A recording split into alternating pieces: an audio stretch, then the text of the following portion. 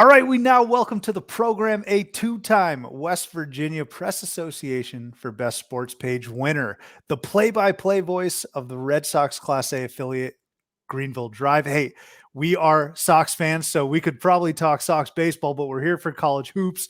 Host of the Dan Scott Show and the voice of the Furman Paladins. We have Dan Scott joining us today. Dan, how are you? Thank you so much. So you're not going to ask me my thoughts on Tristan Casas, who looks like he's going to make the Red Sox roster this year? He's looking like a stud. Man, he was incredible back in 2019. It was good. It's good to be here, guys. Thank you for having me. Of course. I mean, we could just roll right into the Sox season because our college basketball team, we're Arizona fans. They got dumped out in the first round. So now after that, Taylor and I were like, well, let's focus on spring training and hopefully we can reclaim an AL East title. There you go. Well, the other thing, as you were bringing me in, you talk about ancient history. People still read newspapers. I mean, you're talking about those awards things that happened, 30 years ago almost. So that goes back a ways. I'm getting old, is what I'm saying. So it's part of the resume. It's a great resume. And yeah, look, people still read newspapers, but what they're doing most right now is watching the NCAA tournament. And Furman was an incredible, incredible story. Remarkable season. Dan, I got to first ask, is the community still riding high from that tournament win against Virginia? Oh, there's no question. There's no question. You couple the fact that the program had not been to the NCAA tournament since 1980. And then not only to get there, but to beat Virginia, number 4 seed, as a number 13 seed.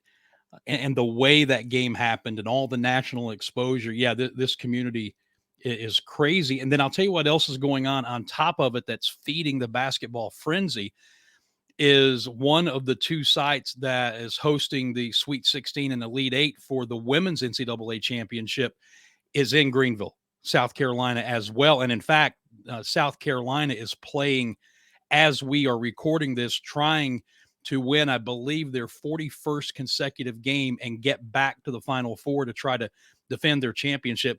So you got all kinds of stuff that's feeding into that, but the town has definitely turned purple. There's no question about it.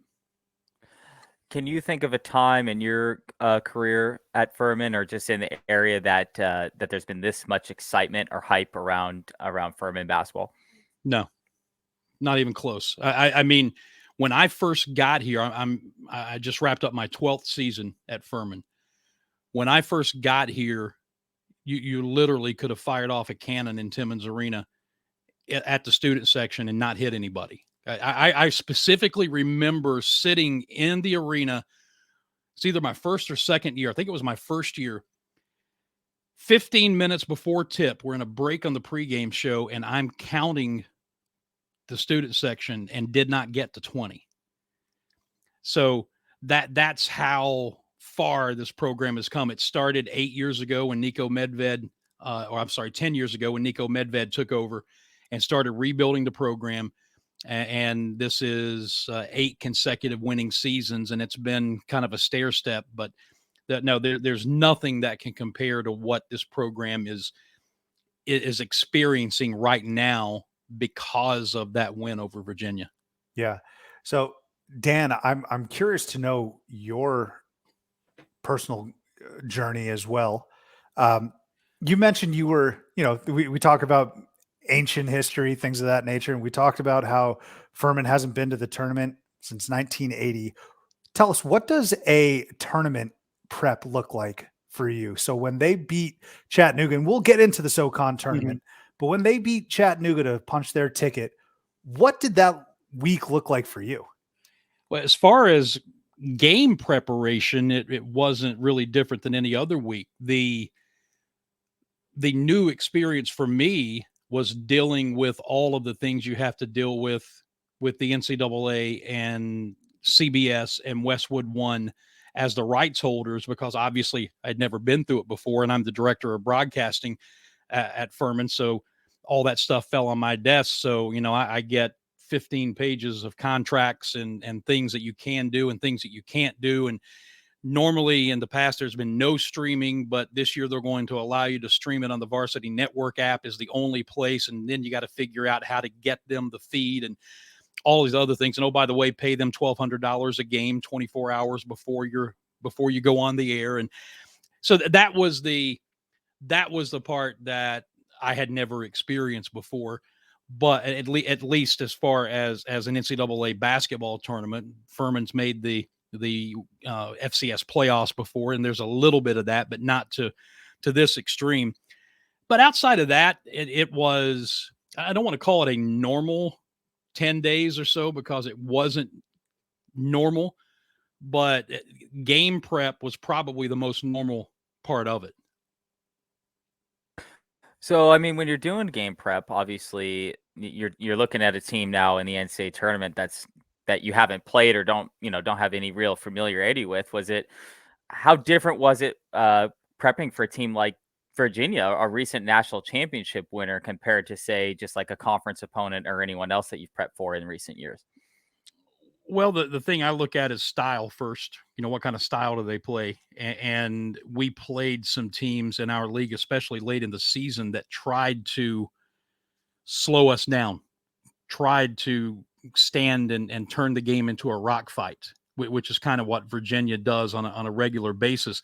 If you looked at Furman's metrics and Furman's numbers, they're among the fastest teams in the country. Their effective field goal percentage is among the best in the country. They average 82 points a game, all of those things. And you know that Virginia obviously is going to try and slow you down. They're going to try to play in the half court to the end of the shot clock, make you defend, get back, not let you run. So you knew it was going to be that kind of game. After that, it's, just looking at numbers, stats, background information. And here's a dirty little secret that most broadcasters won't tell you. At the Division I level, we get an incredibly impressive notes package from the other teams every time we go to do a game. So every bit of information we need is there. A lot of people would like to make you think they dug up all that stuff on their own, but they don't. Was it John Miller, the legendary Giants announcer, who had a beef with the Arizona Diamondbacks in spring training? Yes. Did you hear about this, Dan? I don't think they provided him that level of detail. They provided him nothing. He went to do a split squad game between the Giants and Arizona early in spring training, and the Arizona media relations people dropped the ball somehow, and there was nothing for him to have names of people who obviously were never going to make the big leagues this year, but you still want to be able to do the game and do it the right way. And they had nothing. So yeah, he kind of exposed that a little bit. And Arizona, as I believe I remember this correctly, kind of blamed it on an intern or something that said they dropped the ball. But my broadcast partner, Tom Van Hoy, and I tell you how this business is. We have the Southern Conference Championship game, which we may talk about in a minute, on a Monday night. On Tuesday, we're back at Fluor Field, the Greenville Drive Stadium, broadcasting a doubleheader between an NAIA team and an NCAA Provisional Division III team. So, and we had decided, not knowing what we were walking into there, if they did not provide any rosters or anything, one of the teams was going to be his 1961 Yankees, and the other was going to be my 1975 Reds. And that's the way we were going to go at it. So you do what you have to do. But I saw that John Miller story. That was interesting, to say the least. As a guy who just went to a Diamondbacks split squad spring training game about 2 days ago, yeah, for the average fan, it's impossible to figure out who's going on. So especially if they don't give you any information on, their 43rd best prospect is up, and you're like, okay. So yeah. So just speaking of other broadcasters, though, when you're at the NCAA tournament, and I know we're skipping a little ahead of where we're going to go back to, but when you're broadcasting an NCAA tournament game, what's the type of interaction? Do you have any interaction with, say, Virginia or San Diego State's, play-by-play guys? Do you have any interaction with like Ian Eagle or any of like the CBS folks? Do you have any interaction, or what's the interaction like with the other media members who are there calling? Yeah, the TV crew that we had was Kevin Harlan, Stan Gundy, and Dan Bonner, and I did get to spend some time before the San Diego State game talking to Stan Van Gundy, who was a genuinely nice guy. Who and I give him credit. He had done his homework on Furman. But usually the two radio crews will interact. I did not get to talk so much to the Virginia play-by-play guy. I talked to one of their other guys a bit. They had us on opposite ends. So there was not a whole lot of interaction. I actually spent more time during the Virginia game interacting with the San Diego State guys because they were setting up right beside us for their game that happened after hours. But yeah, you normally when, and especially in a league like the Southern Conference, or if you broadcast in the ACC, you know all the other broadcasters, so you're always interacting and swapping stories and telling lies and all those other things. But there was a little bit of that, but most of my interaction came with Stan Van Gundy. I got to tell you, that game, that Virginia Furman game, resulted in the two best calls of the tournament, in my estimation. We had yours, Dan, which we'll get to in a little bit, and then also Kevin Harlan's and their reactions. I don't know if I was able to get a video of you and your reaction, but Kevin Harlan, Stan Van Gundy, Dan Bonner, just shell-shocked after the Kihei Clark pass. And like I said, we'll get into all of that, Dan. But in order to get to that point, we actually have to rewind a year ago. Right. And you were part of another buzzer beater that did not go Furman's way. And I'm talking about the SoCon title game against Chattanooga. Can you put into words, describe as best as you can, this life cycle of that Mox shot going down and sinking Furman's season to where we are today? When the Paladins made it to the championship game going into that night, I had done some research because remember, it's been since 1980. Right? It's been since 1980. I had done some research on things that happened in 1980. And I had this sheet in my notebook. And I can still tell you the number one movie in 1980 was Coal Miner's Daughter. The number one song was Crazy Little Thing Called Love by Queen. The hostages were still in Iran. Jay Silverhills, who played Tonto in The Lone Ranger, died in 1980. So these are some of the facts that I had. And I was going to break that out if Furman won the game. So, I had all that, and it's just an incredibly tremendous game. Chattanooga was obviously very, very talented. You saw Malachi Smith this year playing for Gonzaga. He was a freshman at Chattanooga last year. He was on that team, and it was nip and tuck all the way, and obviously went to overtime and set the stage for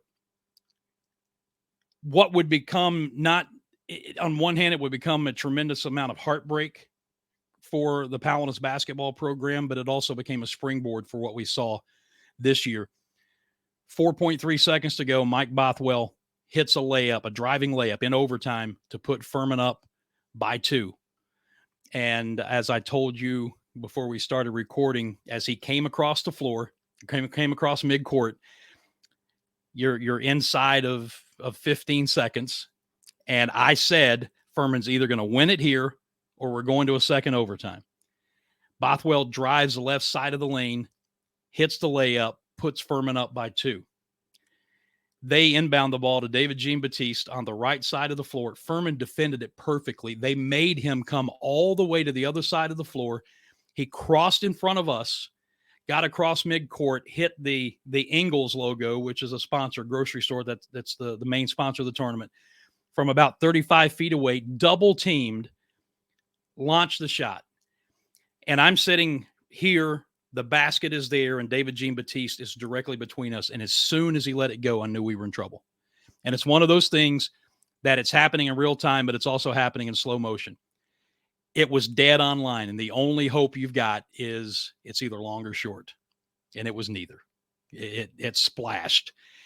And I try to be professional. I played Dan, speak to that, Dan. How difficult is it when you're the voice of Furman, but you also just can't trot out a monotone, oh, damn, he just hit the shot?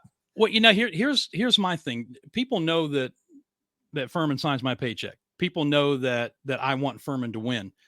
But people also know that if Furman's playing lousy, I'm going to tell them they're playing lousy. I'm not a propaganda arm.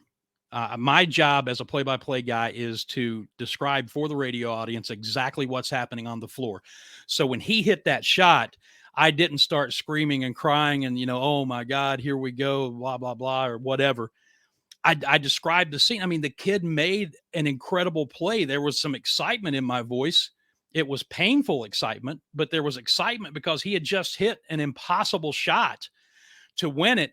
And then, although it was very clear that he got it off in time, then you also have to keep your composure well enough to tell everybody that it looked good live, but the officials are waving everybody off the floor. They're going to go to the monitor and look at it. The Chattanooga people are celebrating. They're in a dog pile. They're trying to get everybody off the floor. I've got a responsibility to tell people all of that. And obviously the shot was good and the game was over. And I'm thinking, when Bothwell hits that layup, I'm thinking, finally Furman's going to have its moment.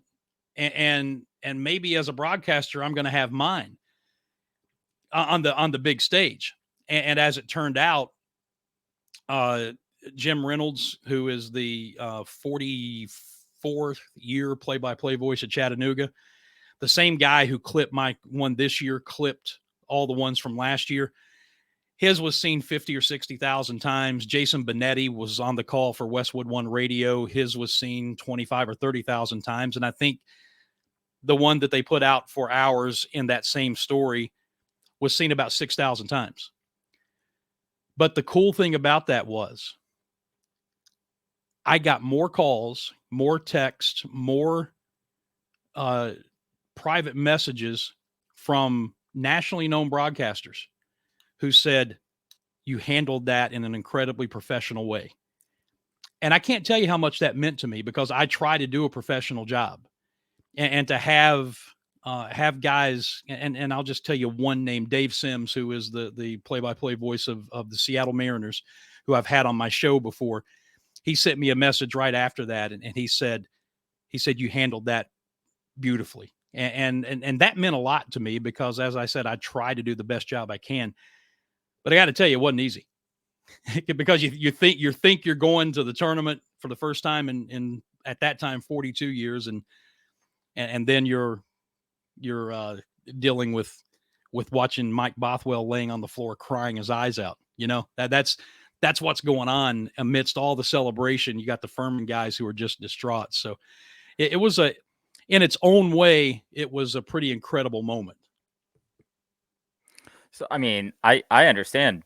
I'm not a professional, also clearly, but I've even looked at my bracket since Arizona lost 3 weeks ago. So to be able to, keep it all together while also being professional is an extremely, impressive trait. So you went from that heartbreak last year against Chattanooga, and then there was maybe a surprise this year that Chattanooga was there again in a similar circumstance as the 7 seed, a team that really hadn't looked like anything all year. And here you go, same opportunity almost 1 year later. So tell us about how, was there bad blood with Chattanooga? Like how were your feelings? How was the team's feelings going into this year's championship game?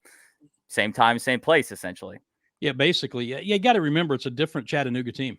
I think there were only a couple of players who were there with the transfer portal. Lamont Paris had left to take the South Carolina job.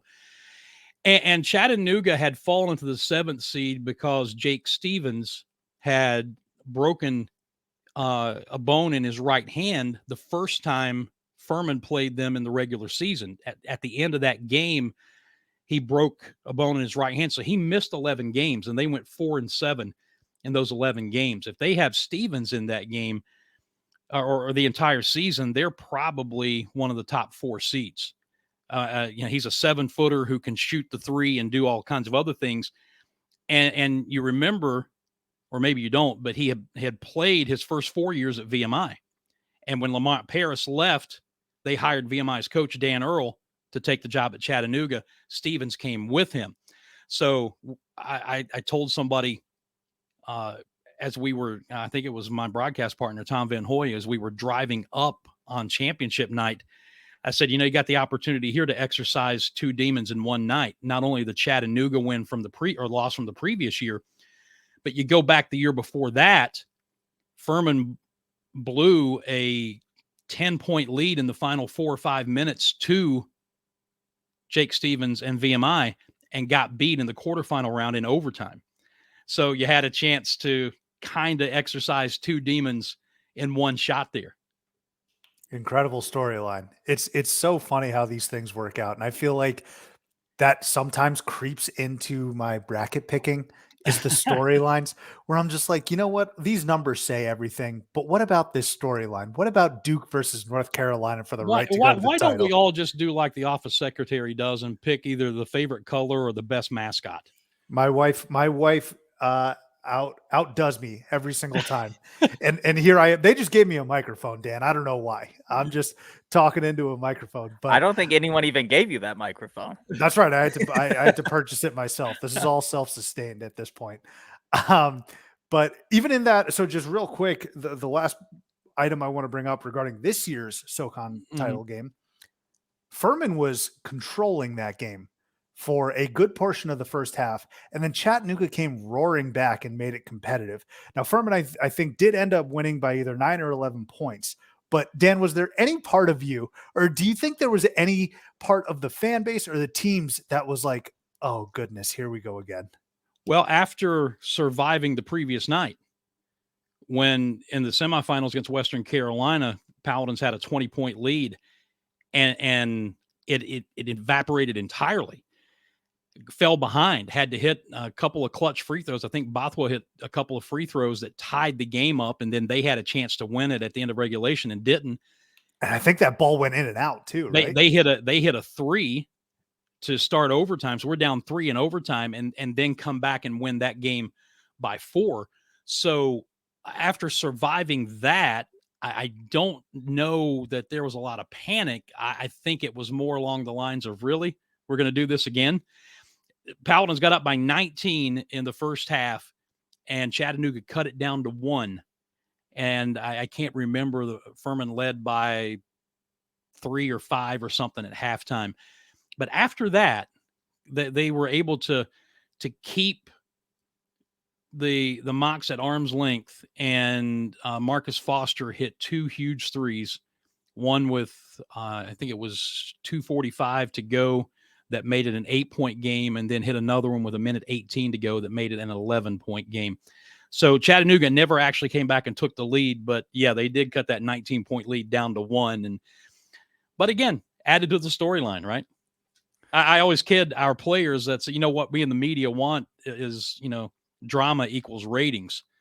But, if you're up by 20, go ahead and win it by 20. You don't have to make it that close. Yeah, exactly. Couldn't agree with you more. Yeah. So you've got all of your 1980 facts at this point, right? Furman wins, everyone's celebrating, so on and so forth. Mm-hmm. But you've got a week essentially until Selection Sunday. And so no idea really who Furman's playing, what seed they're going to be, so on and so forth. So what does that week or 6 days at this point look like for you and for the team when you're not really scouting kind of anyone at this point? You're just kind of working on your basics and your team play. How's that look for the team as far as your knowledge, and how did that look for you, that 6-day gap? Well, the team, they just went about their business as best they could. I think Bob gave them a couple of days off, and then they went back to practice. They scout, obviously, but they always say we have to do what we do well. So it gave them an opportunity to work on some things, I'm sure. From my standpoint, as Subi mentioned at the beginning, Tom and I do the Greenville Drive games as well. And that means that we do all the college baseball games that are played there if they don't interfere with Furman. So between the end of the Southern Conference Championship and Tom and I leaving Wednesday of the next week to head to Orlando, we did 9 baseball games, including the First Pitch Invitational, which had Michigan State, Kansas, and Western Carolina playing each other in a round robin format that weekend. So we did 9 baseball games, as well as taking care of all the paperwork for CBS and Westwood 1 and the NCAA and all of that stuff. So it kept us busy. And maybe that's a good thing. You know, idle minds, idle hands are the devil's workshop. So probably we stay busy. That's better. Yeah, that's exactly what I was going to say. In a normal year, you probably would have been very excited to do these baseball games. Not that you weren't this year, but in the back of your mind at each of these games were you like, oh man, March Madness, NCAA tournament, it's coming up. Well, I was still excited because it provided some travel money, you know? So I don't do those games for Good, free. great point. Yeah, this ain't a hobby, right?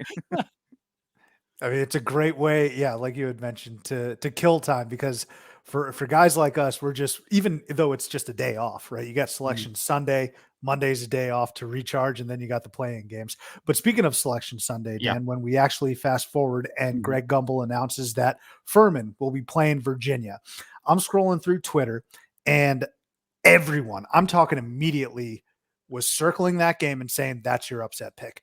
That is your 13/4 upset pick. And me, like an idiot, remember, again, bought this microphone. I don't know anything. I said, you know what? Everyone's picking this. I don't necessarily see it. And of course, here's what, look, I'm a man of accountability, Dan. So I had to say that to you up front. In your estimation, we talked about the research that you do for these opposing teams. And then, of course, for Virginia, but in your heart of hearts, when you were doing this research, in watching, of course, as much Furman hoops as you do, how confident were you in the fact that Furman could pull off this upset? I knew that at the very least, Virginia was not going to blow Furman out. Paladins were not going to be embarrassed in that game. Furman is too good, and they presented too many matchup problems. And as you saw in that game, Virginia had no answer for Jalen Slauson. 6'7", who can play inside, who can play outside, who's a demon defensively, and put Furman on its back. And I know I'm getting ahead of ourselves, but I knew that if Furman did well, did what it does well, they were going to have a chance. I also knew that Virginia was a bit bigger, a bit stronger, so you're going to have to hold your own rebounding, and you're going to have to defend well. And as you got into that game, Virginia scored the first 8 points, and the Paladins never flinched, and immediately started the road back. You got the sense early on that, okay, they can play with them. Now let's see what happens. And I remember saying early in the second half, when Virginia opened up a 12-point lead, it was 50-38. And I said to Tom, we were on the air, and I said, one thing's for sure, this team has faced adversity all season long. They're not going to flinch. They may not win the game, but they're not going to just fall apart from this point and get blown out. And sure enough, they didn't. Well, and I was even surprised at the spread. The spread was 5.5. So clearly Vegas was in support of your thoughts as well, of saying, okay, this team's not going to get blown out. So as the game goes along, especially, me watching the game, I'm worried because I'm rooting for Furman, like I think the majority of the country probably would have been at that point. And Furman kind of goes scoreless essentially for the last 2.5 minutes, almost the last 2.5 minutes of the game. Was there a point even in your mind? I know you're focused on the game, and I know that you're trying to keep emotion out of it, but was there any point even down the stretch there where you were like, oh man, we were right there and we just couldn't put the ball in the basket over the last 2 minutes, and then all of a sudden things happened differently? Yeah. But was there anything in the back of your mind that was like, damn, we got all the way here and we just couldn't finish it out? Well, if I've learned anything, and that's debatable, my wife will tell you that among others, but if I've learned anything, it's that basketball is a game of runs. And I felt confident when Furman was down 12 that they were going to make a run and get back into it. And Mike Bothwell fouls out with 6:40 something to go. And the Paladins are down 6 at that time. That's when you say, all right, now things might be a little dicey. But that's when Jalen Slauson scored 9 straight points. He got an and one. He hit a 3 to tie it. And then he got another and one on 3 straight possessions. So the Paladins go from down 6 to up 3. And I had mentioned early in the game, again on the air, and Amway Center in Orlando was absolutely packed. Huge NBA facility. And And I told Tom, I said, if Furman's in this game late, this facility is going to turn purple. And it did. I don't know how it came across on television because of the way they can, mute the sound some or stifle it or whatever. But the place was nuts, especially when Slauson hit the 3 to tie it and then came back down on the next possession and got the and one that put Furman up. And, he got the ball goes in, fouls called, and he walks over towards the Furman's fan section and, raises his arms in the air.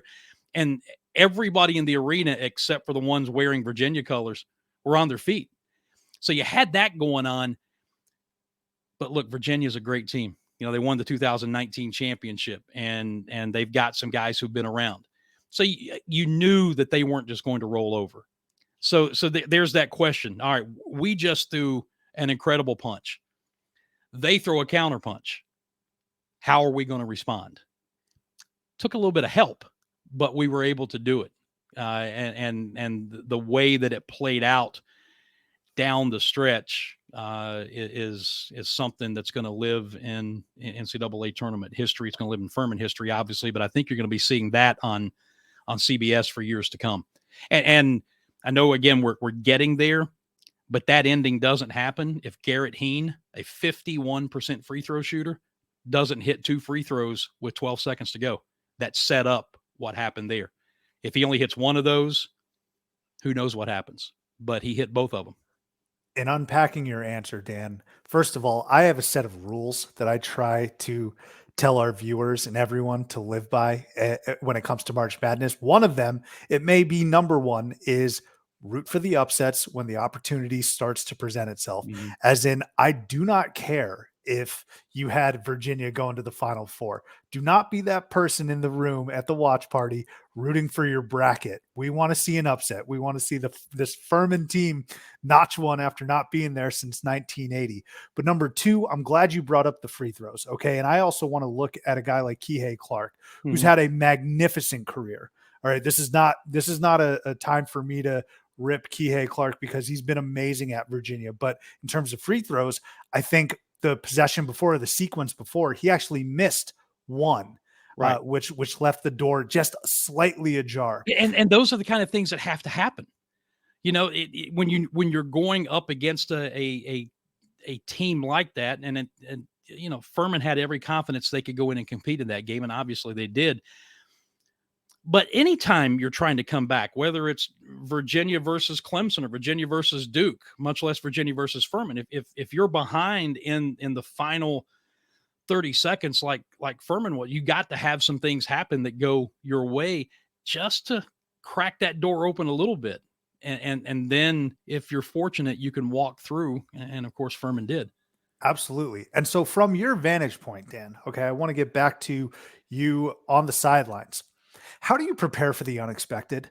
So when you see both these teams coming out of the timeout and you see Virginia inbound the ball in what was essentially a coffin corner, and then you see Kihei Clark inexplicably toss it up to midcourt.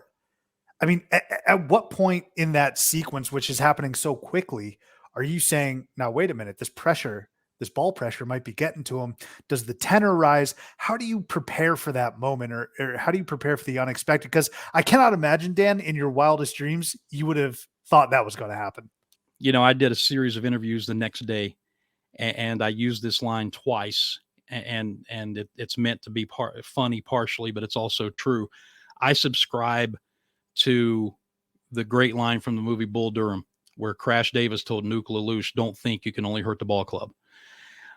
There's no way you can prepare for the unexpected. My job as a play-by-play guy a radio play-by-play guy is to be the eyes of the audience and to the best of my ability, describe to them what's happening. Now, I think most play-by-play guys who've been doing it for a while will tell you that while you're doing that, other things are running through your mind. The first thing I thought when they inbounded the ball and Clark was the inbounder and he got it right back and the double team came, the first thing I thought was he's expecting to be fouled, and he wasn't. Because if Furman's able to get a tie up there, Paladins had the possession arrow. So I think he was expecting to be fouled. And then, he said in the post game that somebody asked him, they had a timeout, why didn't you call it? He said he couldn't see an official. And what happens if you watch the replay of that game, of that sequence, like I have a number of times, when the trap came and Furman's defense rotated up, he had an outlet guy to his right on the other side of the floor, but he never came to him. He just sat there or stood there and watched what was happening. And Clark, unable to see an official. And you remember, this is a guy who made an incredible pass as a freshman in that 19 championship team, right? In that Purdue. game. So he's double teamed. He can't see an official. He's not getting any help from his teammates. I don't know if he could see how much time was on the clock or not. I'm thinking that he thought, well, if I can just get it up in the air and far enough down the floor, maybe time will expire. And obviously, that's what he tried, and it didn't. Garrett Haynes playing center field. He makes the catch. One dribble to his right, finds J.P. Pegues, who's right in front of me when he let that go. And the rest is history. So real quick, Taylor, before you jump in, Pegues is right in front of you. Jean Baptiste was right in front of you when he hit that shot. And you said, all we can do, that's dead on. All we can hope for is that it's long or short. Pegues, was that the exact same feeling? And as soon as he let it go, I knew it was in. And here's the backstory. He had missed his previous 15 threes going back over 3 games. And he never hesitated. Unbelievable. I mean, it's something that when you watch, and this is like a college basketball thing, a fan thing, right? Maybe not like a general public thing, but that was a shot that, like, if you watch every single tournament game, like we all have for the last million years, like when he shot that, I knew it was good. Like, everyone knew it was good, like it was just one of those shots that is like, oh, this is going to be like iconic here. But it's hard to explain sitting there in the moment, and I've listened to my call of that. I can't imagine. I can't imagine. As you might imagine, and you've got the double team, and then he throws the ball up the floor, and that's where I'm describing what's happening. But in my mind, I'm thinking, what is he doing? And I think you hear my voice start to rise about a half an octave. He throws it up the floor and intercepted by Heen, and then it goes on from there. But no, there's no way to prepare for that. You just have to call it. I always tell people I call them like I think I see them. And it turned out to be, from a broadcasting standpoint, the biggest call of my life. Yeah. So in those type of situations, well, I guess maybe not in that situation, but just not necessarily Furman or Virginia related, just a college basketball fan, experts, as we are here, I guess, let's call it, with the big quotation marks around that. Right. How much do you look at something like, Kihei Clark's 39 years old, and this is like his 14th, NCAA tournament, right? Tony Bennett's been here forever, right? And you always want experience and like experienced guards and things like that in the tournament. Furman, obviously lacking tournament experience. As just like a college basketball person, how do you view that type of stuff where you're like, okay, like obviously experience is what we're looking for, but what does it take for the inexperienced side to pull off something like Furman did? Opportunity. I mean, Furman's got experience. Bothwell and Slauson are 5th-year guys, but Pegues, true sophomore, last year he played an average of about 12 minutes a game and scored 97 points the whole year. And he's the MVP of the Southern Conference tournament and was one of the most important players on this team all year long in his development as the season went on. I mean, he's just a tough guy, played through a lot of stuff that people don't know about. He's just a tough young man, but it's opportunity. And we've all seen it in sports, and that's why sports is so great when it's done right. It's unscripted. The moment when it happens, and you don't know when it's going to happen, but the moment can make heroes out of the unlikely and can make goats out of the last person you would expect. Kihei Clark is the last person in that game you would expect to make that mistake in that situation. And yet in that one moment, he did. The moment was too big for him, and it was just right for Furman as a team and for JP Pegues and Pegues' shot. I mean, if I live another 50 years, I'll be 56 if the Lord lets me see April the 14th. I'll be 56. If I live to be 106, you're going to see that shot every freaking March from now on. It's just one of those moments. So to answer your question, that's a long-winded answer, but opportunity is what makes the player, makes the moment. I think that's a great way of putting it. So Dan, if I want to tell our listeners this, if you had a sharp ear, you may have shed what some would call a jinx label. All right. So if we go to the Chattanooga loss, you had mentioned it, you alluded to it, that with 15 seconds left, Furman's either going to win this game or it's going to go to overtime, is what you said, correct? Right. I say, as Mike Bothwell came across midcourt last year. And in those circumstances, it was a pretty safe bet, right? Because Furman's going to play for the last shot. You're tied. You're definitely not going to give them another opportunity. You wouldn't think. But yeah, I agree. I'm sorry. Go ahead. No. Dan, I totally agree. But you completely redeemed yourself, I guess. And maybe you're a soothsayer now, because in the JP Pegues 3, you said Pegues for the win, and there was 2 seconds left. And what you didn't hear on the clip that everybody's seen 108,000 times or whatever it is now, as the radio broadcast went on, Virginia calls the timeout. We stay on the air because we've got all of our breaks in. And I turned to Tom, when we're talking about this on the air, I said, I may have spoken too soon again. I said, I hope it turns out that I'm something of a prophet and didn't speak too soon. And of course, thankfully Beekman missed the desperation 3 at the end. But yeah, somebody had mentioned that in one of the retweets of the call, that said, dude said for the win, and there's still 2 seconds left, but again, it's spontaneous. That's what came out in that moment, because potentially it was for the win. So, hey, I'll claim it. Hey, Whatever. I'll tell you what, Dan, again, this is why you're one of the best in the biz, and Taylor and I are who we are, because when that ball went in the air, you gave a terrific call. Taylor and I would have been like, oh, bleep. Oh my God. Well, we would have been freaking out, just not coherent whatsoever. So, well, yeah. I got to tell you, I've been doing this a long time. I'm in my 19th season as a Division I play-by-play guy. And I've been a radio aficionado all my life. I'm in this business because I grew up listening to a guy named Marty Brenneman do the Cincinnati Reds broadcast. Hall of Fame broadcaster, was here for 46 years. Is that Tom Brenneman's dad? Tom Brenneman's dad. Yeah. Yep. And Marty's he's just simply the best. And so that's why I wanted to get into this business. But I learned things from him, as I began to realize this is what I wanted to do. I didn't listen just as a fan. I started listening with a more critical ear. And, the one thing that I can't stand is when a color commentator screams over the play-by-play guy, and you can't hear the call. You remember 15 years ago when Appalachian State upset Michigan in the Big House early in the season? Mm-hmm. David Jackson is a friend of mine. He was the App State play-by-play guy. You can't understand a word he says on that blocked field goal in return because the color guy is screaming over top of him.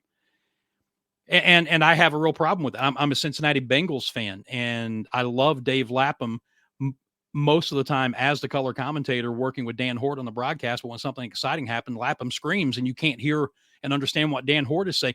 And it's because the listeners can't hear and understand what's going on. The great thing about Tom is Tom was a 20-year play-by-play guy for one of the best Division II college football programs in the country, the Pittsburgh State Gorillas, called 5 national championship games with them. He knows what I need as a play-by-play guy. So he knows in a moment like that, just sit back, let me do the job. And then you heard in the clip, then I brought him in to talk about the scene and everything that was going on. But so, I learned some of those things by observation. I learned by making a ton of mistakes. as we all do. And that's what you hope you learn from your mistakes and don't repeat them. So you must be a big fan of Tony Romo then, huh? Let me know if I'm getting a little too. I'd like Tony to prepare a little more. Okay. Yeah.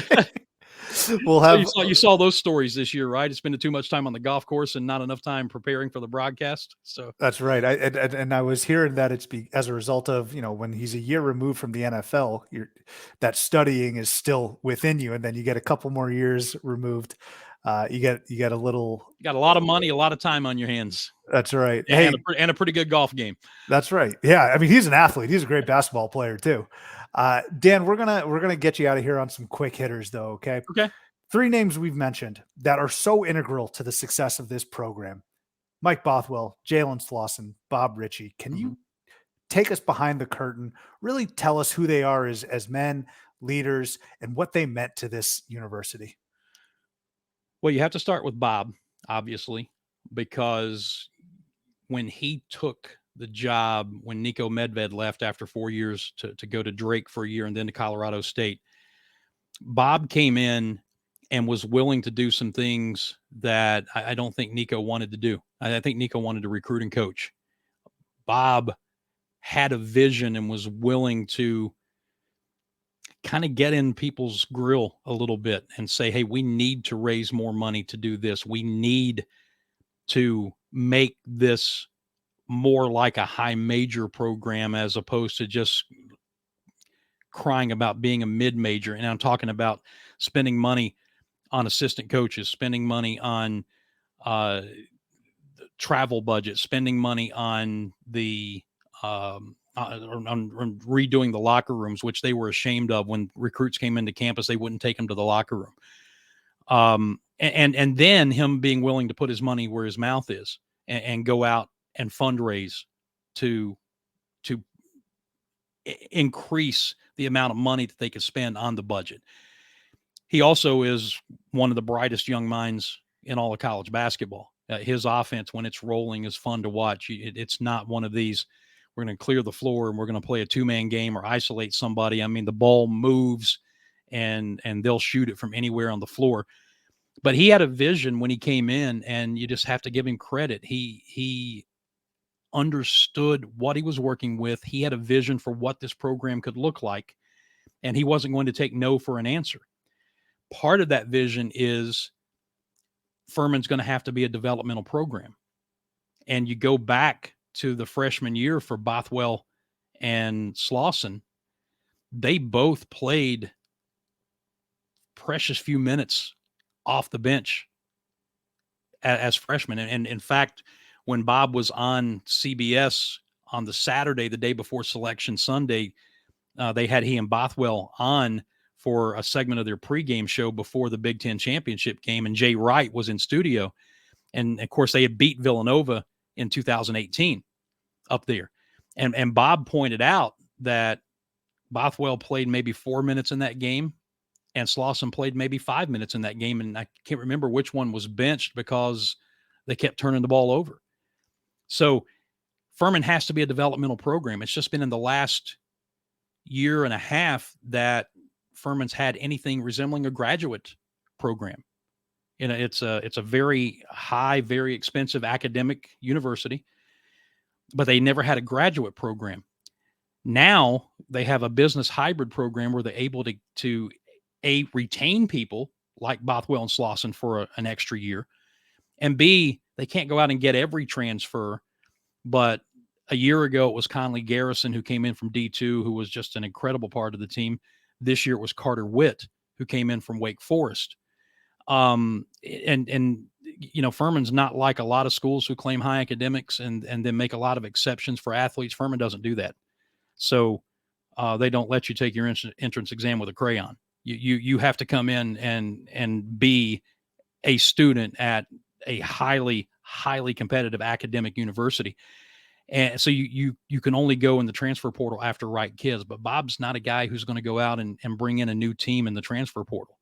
He'll bring in the right guy, and they may go get somebody for next year. They may not. But his vision, I think, and his willingness to go after that vision and not take no for an answer along with everything else with his coaching ability and his recruiting. And then the other two guys, their willingness to, as Bob says, work while they waited, and then to see their progression. And they both got the 5th year because of COVID, but to make a collective decision to come back for that 5th year like they did, and to not be prima donnas about it, not to be guys who walk into the gym and expect their teammates to bow down to them. They work hard. They do. I mean, Mike Bothwell, I've known the kid for 5 years. He still calls me Mr. Scott. And I tell him, Mike, call me Dan. And he either won't or can't. So, look, it all came together in a perfect storm in a positive sense. And those two guys were at the forefront of it. And it's because they were willing to work. They were willing to do the dirty work it took to get where they were. And it paid off. Yeah, big time. Three big time figures there at Furman basketball. Dan, any solace in losing to San Diego State now that they're heading to Houston? Does that lessen the blow at all? Maybe. I don't necessarily look at it that way. I'll tell you what, though, man, that is one defensive basketball team. And they were actually probably a little bigger and more physical 1-9 what they play than Virginia was. And I think you're seeing that physicality, and they make their mark by clamping down and saying, if you're going to beat us, you're going to beat us in a 54-53 game. Furman averaged 82, didn't get out of the 50s. Matter of fact, I think it was Bothwell's 3-pointer that got him above 50. It got him to 52 right at the end of the game. And you've seen what they've done every step along the way. I don't normally play that game that makes us look better because the team that beat us has gone on. But hey, they're in the Final Four, so we'll tip a cap to them. But man, they're good. We've been dealing with those guys for our whole basketball lives out here. Watching midnight Eastern tip-offs with them out here on the West. I'm glad they're a perfect example of something you said earlier, and that is what creates upsets is opportunity, right? Mm-hmm. A team like San Diego State has never been the best team in the country, but they have created for themselves every single year an opportunity to succeed. And some teams or players or whoever take advantage of that. This year is San Diego State's year to take advantage of that. Subi and I have joked for years on this program that San Diego State is perpetually the 18th to 22nd best basketball team in the country. Yeah. Over and over every single year, but they still get there and they're a top 5 seed, and sometimes things just break right for them. And they've done it in a way where they've used the transfer portal, and they've brought guys in who've checked their ego at the door and bought into things, and their top 9. I mean, we were looking at those numbers coming in their first game down in Orlando. They didn't have anybody play more than 29 minutes, and everybody played at least 14. And so that's what they do. And they're going up against a Florida Atlantic team that has built its roster much like Furman has, development, and gotten. So look, again, that's why sports is so great, because it's unscripted. And there are different ways to get an opportunity to play for the same goal, to play for a championship. Absolutely. If you could announce or cover any sporting event, what would it be? I grew up wanting to do Major League Baseball, and I'm getting to do professional baseball. We'll start April the 11th, Lord willing, my 5th year with the Greenville Drive, which we have a great time with that. But I've hashtagged this a couple of times in the last years. Give me one game. I don't care what team it is, what franchise. Just give me one game in the big leagues. That's all I really want, because at this juncture in my life, my wife and I are settled here. We've got our 2 daughters, and their husbands are one's within 10 minutes, one's within 30 minutes. Our 3 grandchildren. If I ever tried to move right now, my wife would shoot me. and honestly, I don't have any intention on moving, but give me one game, just one. And I'd be happy. I'd be satisfied.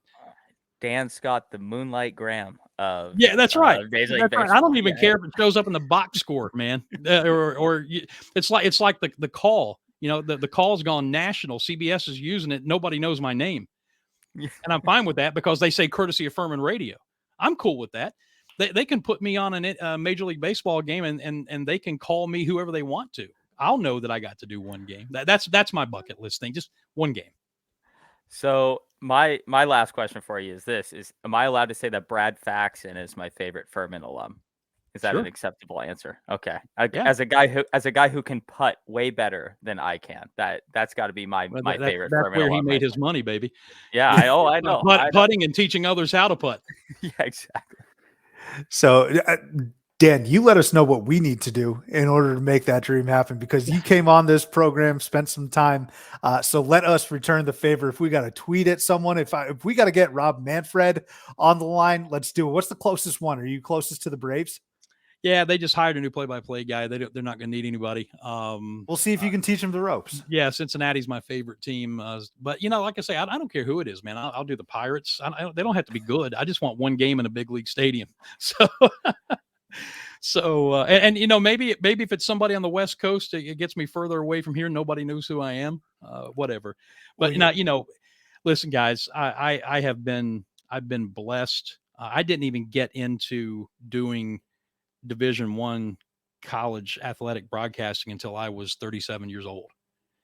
That was kind of a late bloomer because I was doing a lot of radio, and then I had 11 years as a sports editor and sports writer, and kind of by accident got into doing this. And it's what I always wanted to do. I never thought as my career was moving on, I was going to get the chance. And since I've been doing it, I've been able to broadcast College World Series. I've done multiple FCS playoff games. Back as a writer in the mid 90s, I covered at the old Orange Bowl in Miami, a Miami-Nebraska national championship football game. This was kind of the one thing in the bucket list that was missing from a professional standpoint, because I've covered Major League Baseball as a writer, a playoff game as a writer. So God's been good. I can't complain. I wouldn't change the journey, because where He's put me now and how I've gotten here. If all those other things hadn't happened, I wouldn't be in the situation that I am now. But I'll still take that one game. I'll take that one game. Taylor, that's our homework. All right. For the offseason. The offseason's coming up. We don't have much going on in terms of college basketball. We'll see if we can push that forward. Dan, one game for Dan or something. I like that. I like that. I'm going to get you out of here on this though, Dan. And it's what we do with every guest that has been kind enough to come on and share their stories. I call it bring them up on stage. Okay. Mm-hmm. I'm going to ask you, is there anyone that you can refer to us, anyone that you have in mind that you think would enjoy coming on to this podcast and sharing some stories and sharing some insight, as you were so generous to do? Who can I shamelessly reach out to in DM that you think would have fun? That's a really good question. And it's specifically a college basketball broadcast, right? Or a college basketball podcast. I'd prefer that, but you know what? We're open to any and all storytellers. Okay. Well, one guy that I would reach out to is Bob Ritchie, because in interview setting, he is phenomenal. He really, really is phenomenal. If you want somebody who's got some very, very strong opinions on college basketball and a guy who's been doing it for a lot of years, Mike DeCourcy from the Sporting News is a guy that I would say go after. Both great answers, Dan. I may tug on your shirt to, and maybe even use you to say, hey, we had Dan on the program. So hopefully we can reach out to Bob. Yeah, Mike might still remember me when I had my old talk show on the Clemson radio station well over a decade ago. He was a guest a couple of times. He might still remember me, which may not be good for you. I don't know. I'm sure it can only help. Dan Scott, thank you so much for jumping on. Congratulations on a marvelous season. Thank you also for giving us an incredible soundbite in March. And most importantly, happy early birthday. Well, thank you very much. God gets all the glory for it, because I wouldn't be where I am without him. And I really appreciate you guys having me on. Today's episode is sponsored by Mahler Bros Golf. We all want to look good on the golf course, but it often comes at the expense of feeling good. Mahler Bros Golf has polos that look good and feel good. With their lightweight and stretchy material that hugs your body, you will feel cool while looking just as cool. Their polos are guaranteed to make you look better, but it's up to you to golf better. On a hot summer day on the golf course, there's no polo that you would rather wear than a Mahler Bros Golf signature polo. Mahler Bros Golf has a large catalog of polos with designs for those who want a loud design and others for those who want a subtle and sleek-looking design. They also have fun tees, hats, tumblers, and so much more to make your golfing experience better. Use code BELLYUP at MahlerBros.com for 15% off. When you're golfing, the sun's beating down, and you want to take your shirt off because of the heat, these polos almost feel like you aren't wearing one at all. Are your polos getting outdated and dingy? Time to get new ones that will make you stand out on the golf course. You need Mahler Bros Golf signature polos. Their polos are comfortable, slim-fitting, and will make you look good and feel good while you're golfing with the guys. Subi, I live here in Scottsdale, Arizona. It can be real hot during the summer, and what I'm always looking for is something that's going to wick that moisture away and make me feel like I'm wearing nothing at all. That's what you get here with Mahler Bros Golf polos.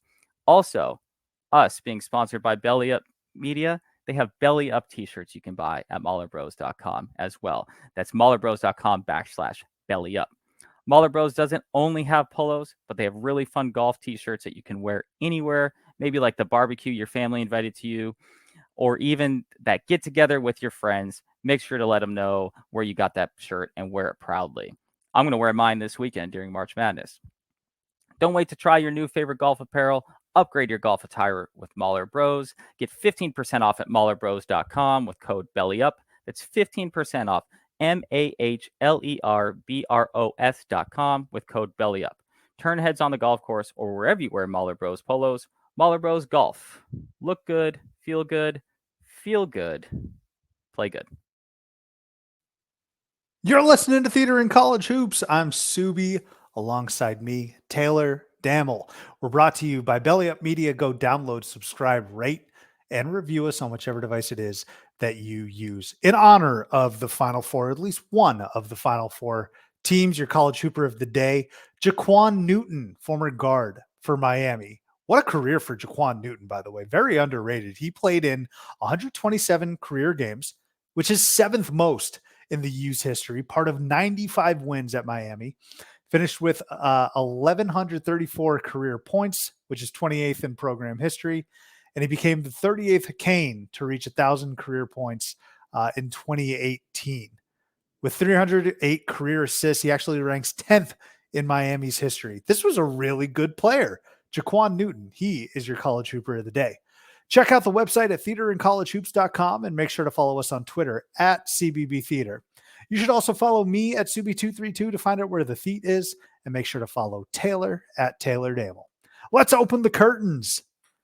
All right, we got a Final Four set. TD, welcome back. I know I was flying solo last week just for an episode. It was a very hectic couple weeks, but I'm back at my own dojo. And like I said, we got a Final Four set. We also have an awesome interview upcoming with the voice of the Furman Paladins, Dan Scott.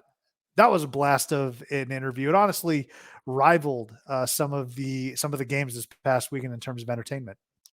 It really did. I mean, to talk to someone that is on the same wavelength as how you and I feel about basketball and sports, and kind of like the process of getting into it, despite kind of our what's the word I'm looking for? Our animosity at this point, or not animosity, or anonymity. Excuse me, anonymity at this point. It's cool to talk to someone like Dan, who really didn't get going until his late 30s or early 40s as a play-by-play guy.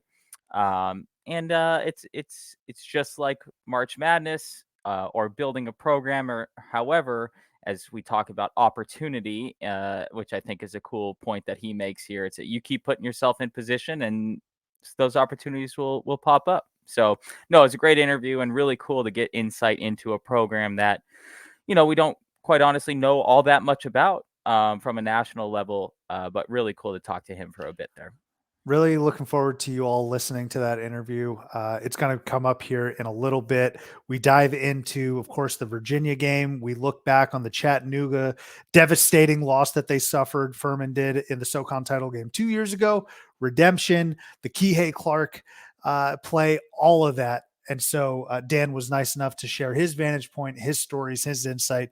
It's a lot of fun, and it gives you a great look into a program that was starved for an NCAA tournament for about 43 years now. And Furman is certainly going to be one of those teams that we're going to remember for a long time, at least this version of Furman, this season's Furman team. And that call from Dan Scott is something that's going to be played for years and years to come. So we'll get to that interview here in a little bit. But Taylor, want to recap, just get your main takeaways, thoughts, comments, concerns from the Sweet 16 Elite 8 weekend. We're gonna look forward to the Final Four on Thursday's episode. This episode, let's talk a little bit about what we saw transpire in the Sweet 16 and Elite 8. Thoughts? Give me them all. Well, we jinxed it, right? I mean, this whole year we were like, no. There are so many good teams at the top end of college basketball, like so many good teams. Like there were so many good teams that there's not even a good team that we talked about all year in the Final Four, other than UConn. No, it's super exciting. I think I pretty much am rooting for anyone other than UConn at this point. I know that we have a subsegment of UConn listeners, and I can't even explain how annoying it is that UConn is back in the Final Four again.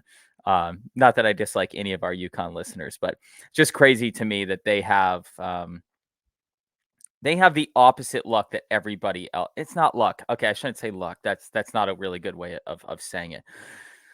They have the opposite fortune. I don't know how to phrase it than every other college basketball team in the country. Really, I mean, this is now going to be their 6th Final Four, and with an opportunity to win their 5th championship. That's pretty nuts. I hate to bring up something bad. Friend of the program, Colton Groudon, just lost in the Alaska High School State Championship game, as he is one of my several buddies in Alaska as a high school basketball coach. And they've been to the Final Four of the Alaska State Tournament multiple times. And him and I were commiserating yesterday and today about how hard it is to win a championship. Like there's a reason that there are only so many multiple time national championships, so on and so forth. And then you have a team like UConn that's all they do. Like they just show up, and every 5 years they win a national championship. That's just what they do. So that's kind of, I think, the biggest storyline to me as a college basketball fan is like UConn's back again. As a West Coast person, the debate between Gonzaga, UCLA, and Arizona being the best West Coast team, of course, ended with San Diego State going to the Final Four. But I am happy for them. I'm extremely happy for them. It's a program that has been one of the most consistent basketball programs in the country. We've often noted that they are always in the top 20, top 25, and just have never pushed themselves over the top. Sometimes that's because of the path that they've been given or whatever. But you also look back at like Dayton as well as a good comp. When COVID hit, San Diego State was having probably their best year in program history, and was kind of denied the opportunity to make a run in the tournament. So for them to do that, I feel like they're kind of owed one in some way, much like Dayton is as well. So yeah, San Diego State, super excited for them. But I guess if other than not rooting for UConn, probably the national standard is rooting for FAU. Wouldn't you say so? I would. So to unpack UConn, it's just mind-boggling to me. 3 different coaches too. You got Jim Calhoun, you got Kevin Ollie, now you got Danny Hurley. UConn, I think they just go dormant for about 8 to 10 years, but when they wake up super energized. There's no drool on the side of their mouth. There's no lollygagging. There's no like, oh, I'm in the bathrobe making coffee. They're ready to attack the day and the tournament.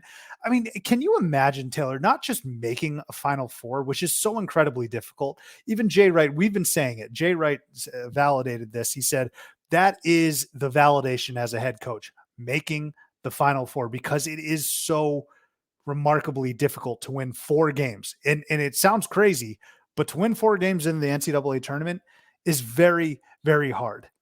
UConn just does it. This program just goes and gets it done.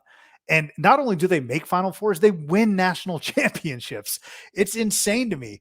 And so can you imagine not only just making a Final Four, Taylor, but they're not even sweating The closest game they played was a 15-point margin against Iona in the first round. They're not even sweating a drop, and they're just cruising into the final. It's almost like, is this even fun? It's like they're playing buy games right now. Of course, it probably is fun, but the level of dominance that I've seen from UConn, and the key for them is the second half. Gonzaga was only down 7 going into half, and then they just got bundled. You can point to the Drew Timme foul that may have altered things, but UConn just came out firing in the second half, and they've done that throughout this entire tournament. Another point that I want to make, yes, you brought up FAU. Before I get to them, though, hat tip to Marquise Noel. What an entertainer, theater. That guy was having a Kemba-like run. But again, to your point about how hard it is to win, Kemba Walker did it all the way to a national title. Marquise Noel and the Kansas State Wildcats with a tremendous season. Jerome Tang should be coach of the year, in my estimation, minutes away from a Final Four. But Marquise Noel, for my estimation and in my money, in a couple of years, I'm going to remember this tournament. We always want to associate individual performances with certain tournaments. I'm going to vividly remember Marquise Noel this tournament. I mean, an electric game against Michigan State, same thing against FAU. FAU, man, how great are they too? But go ahead on Noel. Sorry. Oh no, I was just gonna dive into John L. Davis. Yeah, Like go ahead. that's no, that I know. I mean, that's not that he's had the same performance, but he just cussing on air, not giving a damn about anything. I love that. But see, the thing also, by the way, the thing is, Yeah, John go L. ahead. Davis accidentally did that, and he forgot, and he was remorseful and sorry. I got Drew Timme over here like planning to say the F word, but then he acts surprised, like, oh gosh, sorry. No, like John L. Davis, that was very authentic. So the other thing I was gonna say, I'm glad you brought up Gonzaga, is I hate to say this based off of what you just said, but I was actually gonna give a hug or a dap, maybe just a dap to Gonzaga. This was not Gonzaga's best team ever, by any means. Probably one of their 3 or 4 bottom teams of the last 10 or 15 years. But it goes to show the program that Mark Few has built, and with a guy like Timme, whether we like him or not, we're a big Azuolas Tubelis guys here on this program. But you can even tell when Timme gets the ball, it's just a different world. Like, there's no stress. There was no, if I'm a Gonzaga fan, I'd be like, yeah, just Timmy's got the ball. He's going to make the right decision. It's rare in college basketball. You get a guy, it's almost like a Hansbrough or someone like that, where it's like, no matter what decision this guy's going to make, whether it's in the first second of the game or the last second of the game, it's going to be the right one. And so I'm going to give a hat tip to Timme, despite his Travis Kelce level of try hardness sometimes. It's a great comp.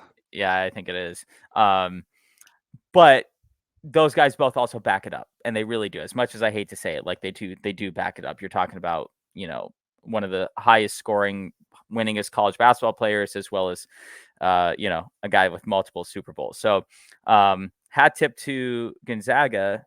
I thought their ceiling was the Sweet 16. I also thought UCLA's ceiling was the Sweet 16. So obviously you play those teams together, someone's got to have a higher ceiling. I'm glad that Gonzaga won that game. And I'm not upset at all that they lost either, but I just want to say, hey, they just churn out Elite Eights at this point and Sweet 16s. They just, you might think that their ceiling is the Sweet 16, and that's fine, but their floor is also the Sweet 16, and there's a lot to be said about a program like that. Is that what was the stat? 6 straight or something? No, it's way more than that. It's Sweet 16s. Yeah, it's a ton. I'll look it up, but it's. I thought you said it was like 7 or 8, maybe. Yeah, I don't know. It's a lot though, and the fact that they're there every year really goes to show that they, as much as I hate to say this, I mean, they have probably become the preeminent basketball program of the West, just simply because the other teams that would compete with them, UCLA and Arizona, well, I guess maybe San Diego State now too, have failed to do what Gonzaga does every year, and that's get to at least the Elite Eight or even further. So the thing with Gonzaga, and I agree, they had a tremendous season, but I said this in December, that the expectations are still going to be there despite the window potentially closing. And Drew Timme leaving is going to hurt them, obviously. But the thing with Gonzaga is that they have graduated, in my estimation, to a national title expectation type of program. Spokane and their fans have seen the million Elite Eights. They've been to a couple Final Fours now. I do think fans might start getting restless. And it's unfair to Mark Few because he's built such a behemoth. But I think Gonzaga has graduated to that place. There's a lot of fans where I think the highest level is pretty much Final Four. I think Gonzaga's like, let's get one. We have to get this one. Virginia got their one with Tony Bennett, right? And I'm not saying all time, but they're at that point where I think Gonzaga fans are like, yeah, this was awesome, but what the hell? Like, why can't we just break through and actually win the national title? And I think there is going to be some sort of angst bubbling up there for the Zags. So, like Arizona fans, in a way. Well, but see, the thing is, I don't think from a couple of years ago. Maybe. Yeah, maybe from a couple of years ago, but that's the thing. Like, I'm not a national title or bust guy. I'm a Final Four. Like, my standard is Final Four. Beat the living hell out of Arizona in the Final Four. I'll be happy. I don't care. I think Gonzaga, though, is saying, no, when you get to the Final Four, you got to win 2 more games. And so I wouldn't blame them for that. But also on UCLA's part, I'm not upset about that finish. But I'm very confident, Taylor. I'm very confident that if they were 100% healthy, they are at worst the national runner-up. That team is so nasty, all right? And I don't think it mattered that much that Jalen Clark was hurt. I think Adem Bona hurt that loss hurt them a little bit more. Drew Timme went for damn near 40, I feel like. Yeah, no. And I'm not saying Bona's like a good defender, but he would have had some sort of resistance, and they won that game. Even if we went for 34, they lose. They lose. Yeah, right. I mean, they should have lost. They were leading with 12 seconds to go, and Julian Strother hits a backbreaker. And like I said, I'm not upset about it, but UCLA deserves a ton of credit for the way that they fought and the way that they performed. I genuinely think if they were healthy, we're looking at them as the runner-up.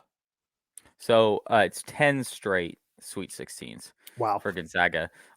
11 if you would say that they would have made the Sweet 16 during COVID, which that was one of their better teams of all time. So maybe, but in the actual records, it is 10. I know we talk about this guy all the time on this program about making Elite Eights and stuff like that. I don't know if you feel for Sean Miller, but this is a guy who just makes Elite Eights only, and also has kind of got to be having the same thought. Not necessarily the team that you would have expected to go Sweet 16 Elite 8 compared to some of his other teams, but there was another thought from this last week. And then one of my other thoughts is despite their loss, I guess they lost, Xavier lost the Sweet 16, but despite their loss, Texas, I had them to the Final Four. They probably should have gone to the Final Four. And I'm still not unimpressed with their performance. I mean, just given their circumstances this year, for them to go to an Elite 8 is pretty impressive in my book. I agree. And I'm glad we talked about Texas and Miami. I should have trusted my gut. Back in early February, I was like, I want to take Miami to the Final Four. And here they are. Their guard play is just so good, and they don't get rattled. They just never got rattled against Texas. And I think Texas actually tightened up for the last 8 minutes or so. Now, we'll talk a little bit just briefly about Rodney Terry getting the full-time gig. But what I love the most about Texas fans are dumb. Okay. Let me tell you why. Because they're going to be clamoring for a big name coach. We were in the running for John Calipari earlier this season when Kentucky was struggling. Texas, let me let you in on a little secret. You've been fiending. You've been starving for a team to have this much success. And just because it's an interim coach like Rodney Terry, who's now the full-time coach, doesn't make it any less impressive or doesn't make it any less shiny. They're going to continue to try. What they want to do is marry a big splashy name with the tournament success. It seems as if they hate the fact that Rodney Terry took them this far. Maybe I'm wrong. Maybe I don't have a pulse on the Texas fan base, but at the end of the day, this is what you've been looking for. And again, Texas was up 13. They probably should be in the Final Four. But I'm happy for Rodney Terry, and I mean Miami, man. What a ball club. Jim Larinaga. Why the hell is he not in the Hall of Fame? What a performance from the Canes. Well, Texas, like a lot of football schools are always looking for that big name hire. And I think if you actually look at how maybe the best college basketball teams are built, it's not necessarily hiring Rick Pitino or John Calipari, or even John Calipari was a big name when Kentucky hired him, but he was at Memphis, right? Like, so it was still a move up position. Like, Calipari's not going from Kentucky to Texas.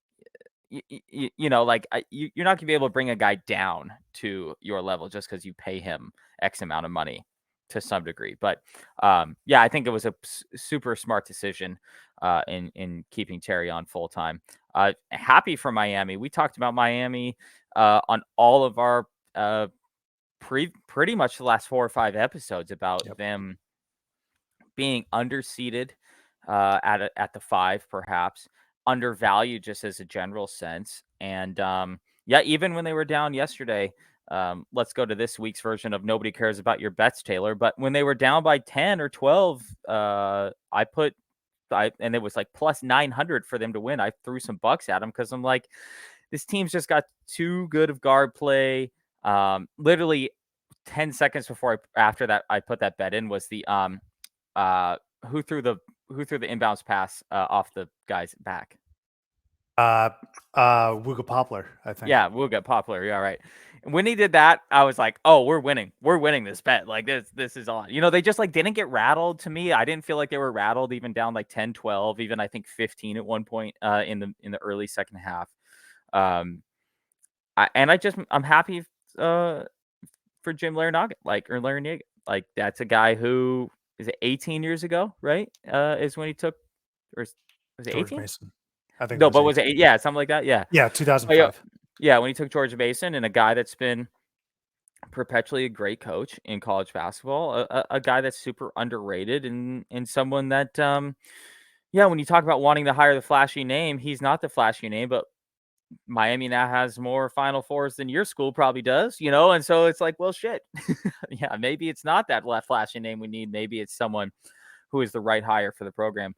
Larinaga is obviously that has been that hire, and just a good guy in college basketball, at least from the outside perspective, and someone that I am happy to root for, going forward here. I could argue that his job and his tenure at Miami is more impressive than anything he's done at George Mason. The guy built up this program that was desolate. And now you could make an argument. We've had this conversation about Miami football. I feel like you could make an argument that Miami's a basketball school, mostly because their football team is terrible now, or just at least average pedestrian. Miami has won ACC regular season titles. They were at an Elite Eight last year. I think they made the Sweet 16 with Kenny Kaji and Shane Larkin. And now they've finally broken through to their first ever Final Four. And Jim Larinaga has been such a tremendous coach. But how about Jordan Miller, man? Legitimately a flawless performance. I talked about Marquise Noel. Jordan Miller did not miss against Texas from the free throw line, from the field. What more can you ask as a fan than to get performances like Marquise Noel, where he drops 20 assists, or to get a perfect game from Jordan Miller in the biggest game of the season, probably of his career? Miami is just so much fun. And the last thing I'll mention about Larinaga, everyone looks at him as this friendly old grandpa, and he is. But he is so forward thinking, and he is with the times. NIL, transfers. He does not sit back and look, if I'm going to compare him to someone like a Jim Boeheim, he's not sitting back and he's not crotchety. He's not angry at the world. He's not pissed at how college basketball has been turning. And I think he even came out in his press conference. He said, look, I understand that it's probably for the best majority of the time that that blue bloods get to the Final Four. But at the end of the day, this is what the college basketball is. This is what the landscape is. And the thing I would mention to Jim is that you're definitely not a blue blood at Miami, but you're a big name school. You're a power school. All right. On the other side of the bracket, we got FAU and SDSU, who are two mid majors. And I love it. I personally don't care who's in the Final Four, but I just want to commend Jim Larinaga for truly embracing NIL and what college basketball is today. And it just goes to show you that no matter the age, you can pivot, you can be adapting, and you can really embrace where the sport is heading. And he's done that brilliantly. A young 73, Jim. Spry. I would say. So my only trepidation, I think, with this Final Four, from an entertainment perspective, it's great. Don't get me wrong. I think we all know that as a college basketball fan, in a general sense, this is a great Final Four. The only part that sucks is when all of us here, I'm guessing we're not getting a lot of FAU listeners on this program. I'm just gonna throw that out there. Okay. I don't wanna say that we're not. Maybe not as many Miami, maybe a couple SDSU, right? I know for sure we have UConn guys on here, but God, it's when you look back and you look at your team's path and what it would have been, and it's makes you want to stop watching college basketball, I think. And that's not just applicable to me or you. That's applicable to Houston fans, Alabama, like any of the high level Purdue fans, like all of this, when you're like, wow, nothing would have been easier, or there will never be a Final Four easier to get to for some teams than this year, where the highest seeded team you would have had to play the whole time was the 7 seed or the 5 seed, I mean, and that's UConn too. You know that UConn has only played, like, I'd have to fact check myself on this, but I just read this yesterday. UConn has only played one seed in their path to the Final Four in their last 5 Final Fours. Hug for them. I don't know what to say, Taylor. Like, what? Did you see? Did you hear how feeble my voice was? I don't know. What do you want to say, man? I don't like. I'm not saying anything. I'm just No, I saying know. that it's the path is always what ends up being the deal.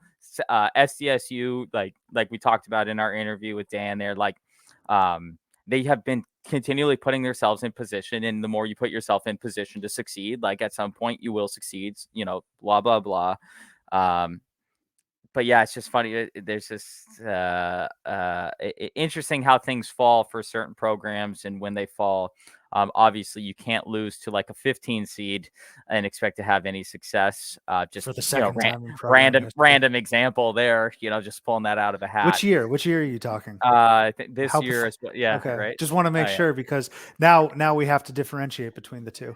Yeah, right, exactly. One had a multiple time MVP. Yeah, that's true. The other didn't. But yeah, no, I mean, Princeton played well, by the way. I had fun watching Princeton. They went to the Sweet 16, man, and they gave Creighton all they could handle. Great. That's wonderful.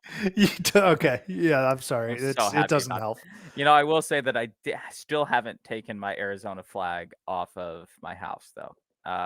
It's embarrassing to do it. In previous times, let's just say when my football team fails, I have taken that flag down quite quickly. My Arizona flag is still up there. But yeah, anyway, I'm happy for San Diego State. I legitimately am happy for San Diego State, something that's been building for a number of years. Similarly happy with Miami. I'm just not rooting for UConn. That's just pretty much the long and short of it. And just the last thing before we get to this interview with Dan, you talk about seedings and matchups.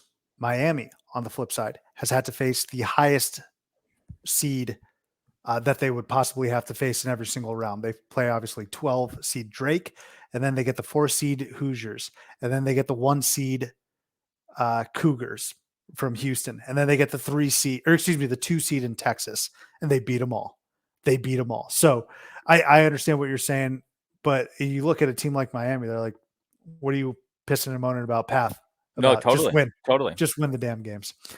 All right, let's go ahead and get to this interview with Dan Scott. Like I said, really looking forward to you guys listening to it, and we appreciate Dan.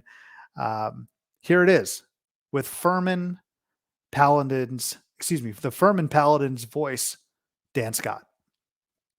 All right, we want to thank Dan again for jumping onto the program. A lot of fun, Taylor. I mean, some of the breakdowns that he gave us, and I think that my favorite part was the vantage point of him calling the Kihei Clark situation or the play. I know for a fact, Taylor, you and I would just be losing our heads and not being composed whatsoever.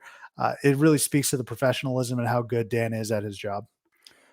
We have joked for darn near 15 years now about how we probably could never be actual play-by-play people because we would just be making noises and not actual voice sounds or any like words the whole time. That is one of those situations where I would have been like a Gus Johnson, like, go, one of those type of deals. I also wouldn't have the restraint to not cuss 753 times during a game like that. But what I liked about talking to Dan too is that from time to time we get some pretty decent sized names in the college basketball world, play-by-play reporters, and they can seem, and nothing against them, but they can seem untouchable from our perspective, given that they are at a certain level working for like a CBS Sports National or whatever. I like that Dan is just kind of like, yo, we've been waiting 43 years for this, right? And this is just something to get the perspective on someone who's been with the program for such a long time. It reminds me of the little school where I'm from in Alaska, where if my boy Bruce Check, who's been calling University of Alaska Fairbanks Nanox hockey, got to go, which they finished 17th this year instead of the top 16 to go to the NCAA tournament. So it's close this year, but it's one of those type of deals where it's like, man, that's all that guy has ever wanted to do is that. So we're going to get this dude on a damn baseball game. Okay. Come on. One game for Dan. One game for Dan. Well, let's do it. Yeah, a lot of fun. Thank you again to Dan Scott for jumping on and providing some great stories. Taylor, let's go ahead and get on out of here real quick on this last item that broke today. Caleb Love, he's transferring. What a difference a year makes. Now, look, I've been steadfast and adamant in saying that if I'm Carolina, I'm able to talk crap to Duke for the next 50 years. I still believe that, by the way. Let's not forget that they ended Coach K's career and they beat him in the Final Four. That should never be forgotten. But in the interim right now, it looks as if a team coming off of being the number one ranked team in the country and now missing the tournament is going to be losing Caleb Love. Any thoughts on where he might end up, or any thoughts on just the transfer situation with Love? I mean, I guess this is the blessing and the curse of the transfer portal situation, right? Like, I think in previous times, whether it was that 5 years ago, 10 years ago, 25 years ago, whatever, like, I think you want someone like Caleb Love to come out and be like, okay, this is my team. Armando's coming back. Let's run it back. Let's get to it. But that's just not where we're at in college basketball anymore. And it sounds like this was a mutual parting of ways, which is something that's also kind of a newer thing in college basketball. I don't understand that. Does that mean like Carolina was saying, oh yeah, we kind of want you gone too? It's probably like what the Kerr Kriisa situation with Arizona is, hey, coach talking to player, this is what your role is next year. If you're not comfortable with this role, which may have not been starting and I don't know the Caleb Love situation. I'm just, kind of probably a decently close example to say, okay, if your role is going to be this and you don't want this, then you are welcome to leave and we will support that and we will grant you whatever transfer, whatever. So that's probably, at least in my estimation, that's what I would think the mutual quote unquote parting of ways is, hey, if you're willing to play 22 minutes off the bench, like a Remy Martin, come on back. Let's run it back. If you think you're going to play 36 minutes as the starter, it's not going to happen. So you can decide what you want to do from there. And I guess that's the blessing of this curse that I was just talking about, is the players get the opportunity to showcase themselves as best as possible. From a fan, I would, obviously I like to keep as many of the same folks around as possible because I like to see that development. But, at the same time, Caleb Love probably did enough for UNC basketball where they can't really hate on him too much. It'll be interesting to see where he goes because he's actually still relatively young for a transfer. We joked about for at least He's the only last gonna be a two. junior, right? Well, he's only 20, and he's only 21 right now. So, we've joked over the last couple of years about how every transfer is like 25 years old, right? He's still within like kind of a normal range of transferring, an age. So, yeah, he does. I wish he could shoot the ball a little better from the field. He's an experienced man. He'll chuck it. In the right environment, maybe he could be correct. He probably needs a coach that can probably put the clamps on him a little more. rather than just let him go like 5 for 23 from the field or whatever. So It was I a don't know. I don't. record, 2 years ago. Yeah, I know. That's the key. Yeah. So I'm not sure. I have no inkling on where he's going to go. Do you have any feeling on that at all? Zero idea. Just a little surprised, I suppose, but maybe I shouldn't be. But surprised at the timing, right? RJ Davis announced he's coming back. Armando Bacot coming back. And I think this was a team that was like, look, last year was terrible. We got to salvage this one last time. And Caleb Love is just like, no, that's all right. I want to try and maybe he's feeling a little disrespected because I know Carolina fans are very vocal and very tough on their players. And I feel like it was too much of an up and down experience with Caleb Love, which like as an outsider, I can appreciate. It's always fun. He has those crazy shooting nights, but when the highs are high, the highs are beating Duke in a national semifinal. That's amazing. And when the lows are going from the number one ranked team in the country to not even making the tournament, which he wasn't solely responsible for, but partially responsible for. He's perfect for like Missouri or like an Iowa State or like Washington, like a high level school, but not necessarily like the Arizona, the UCLA. We got to stop putting Duke, Arizona in this, by the way. We suck. Well, whatever. Get Arizona out of this lexicon. Okay, fine. We're not them. UConn, Villanova, Creighton, right? It's probably a couple schools down from the teams who are the favorite to win their conferences. All right. I'm good with him going to Mizzou. He's from St. Louis. Yeah. From the Lou, what it do? Ice Grill, Country Grammar. Might have to play us out on that. All right, Taylor, let's go ahead, get on out of here. We got another episode coming up prior to Final Four weekend. I'm fired up to get that out to you. And we want to thank Dan Scott one more time for jumping on. Had a lot of fun. We will catch you next time here on Theater and College Hoops.